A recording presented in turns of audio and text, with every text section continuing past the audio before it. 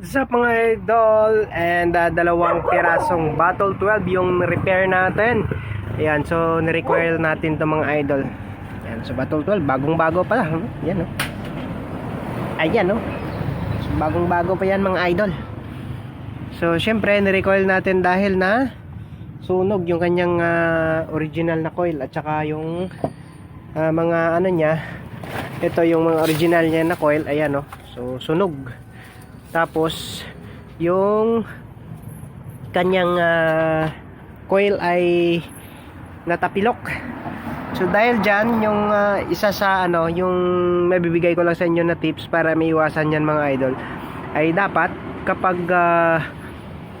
bumili kayo ng ganitong klaseng speaker, mga Battle 12, i-ano ninyo, i-reglo ninyo ulit yung kanyang spider dito sa kanyang spacer. O lagyan kung gusto niyo punuin dito ng ano, ng epoxy, pwede rin para at least mas matibay.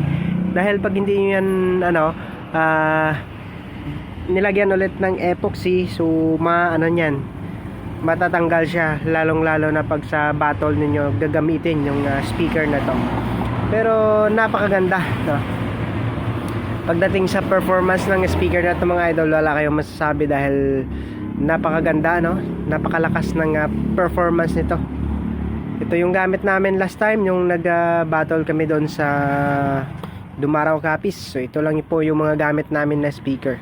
So sumasabay sa mga 4 mugs, 3 mugs na speaker mga idol. So hindi rin basta-basta yung ano nito, performance nito. Yan, so tapos na, yan. Dalawang piraso. So maraming salamat sa nagtiwala sa atin sa pagpapagawa ng kanilang mga speaker. Ayan. Siyempre sa balak pang magpagawa ng kanilang mga speaker, so dalhin nyo lang dito yung inyong mga speaker sa ating shop. I-repair natin yan. And kung gusto niyo umorder ng mga amplifier kits, ayan. So sa ngayon, yung mga amplifier kits lang muna na Sir Aldrin yung pwede nating i-promote, dahil yung sa akin na pang personal, so wala akong pampuhunan sa ano, sa pagpapafabricate ng PCB. So ayan, so dahil ano ako ng affiliate, no, affiliate ng Shopee, so pwede ako mag-promote ng ibang mga amplifier kits, no, ng mga products na mabibili sa Shopee. Ayan. So ayan, mga kits ni Sir Aldrin, pwede kayo mga amplifier kits. Marami din sila mga gawang mga board ng amplifier na malalakas din. So andyan yung link sa comment section, yes, sa description sa baba pala. And syempre gusto niyo ng mga iba pang klaseng mga kits so like mga ano yan, yung mga bombas na tinatawag na, yung ginagawa nilang module. So dito sa amin sa Iloilo, so andyan din yung mga link niyan dyan sa description. So pakiclick nyo na lang yan mga idol. Tapos syempre kung gusto nyong orderin, click nyo na lang yan. And yung ginagamit kong na crossover, yun, so sa ngayon siguro available na. Ayan, so nandyan din po yung link nya. So pakiclick nyo na lang yan kung gusto nyong umorder, no? So mga murang crossover na ginagamit. And syempre abangan nyo po mga idol, marami na malapit na tayo magpaglabas ulit ng bagong version ng ating El Capitan. Ayan, module.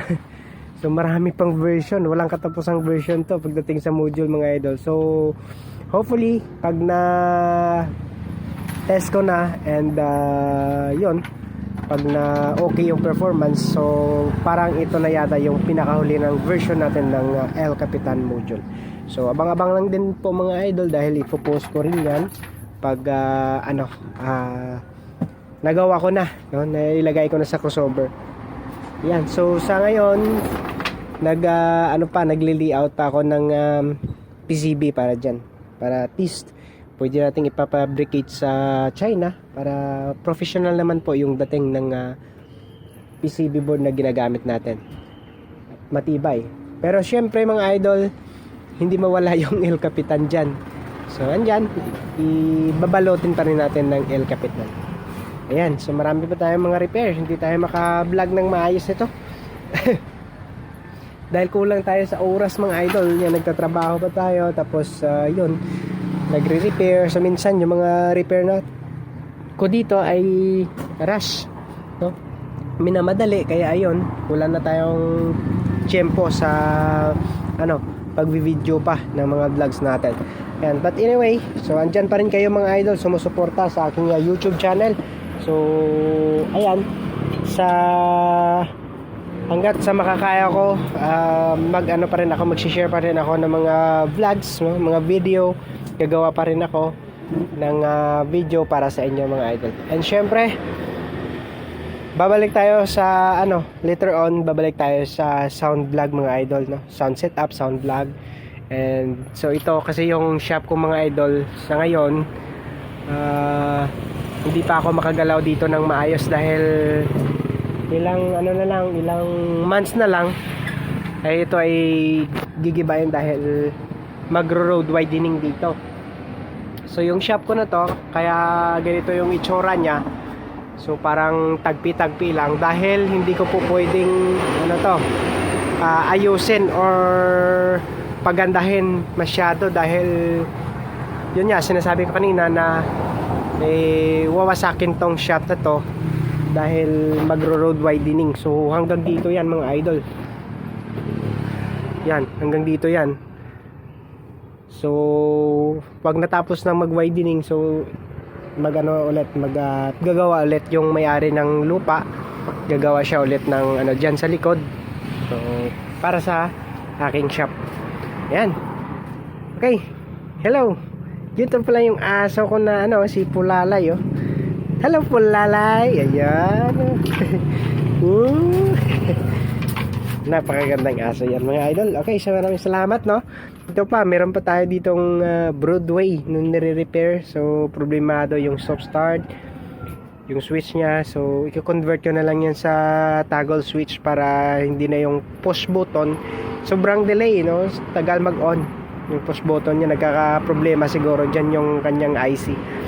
So i-convert ko na lang yan sa toggle switch para madali yung pag-power on ng may-ari. Meron pala ako ditong ginagawang PCB board. Pang-convert ko sana to sa ano, sa 737. So hindi pa natapos. Ayan. So ano to? Ang engine. So gusto ko sanang i-engine yung 737. Kaya ito lang, hindi pa natapos. But anyway, tatapusin na lang natin to mga idol pag meron pa tayong oras. Dahil yung oras natin, syempre, dinidivide pa natin sa opisina, tapos dito, minsan doon sa aking isa pang negosyo. So pinupuntahan ko pa yan. So maraming salamat mga idol, ha. Lahat pala ng gusto niyo yung ano, kung meron kayong orderin, pakiclick nyo na lang yung mga link na sinishare ko dyan sa aking description sa video. Maraming salamat.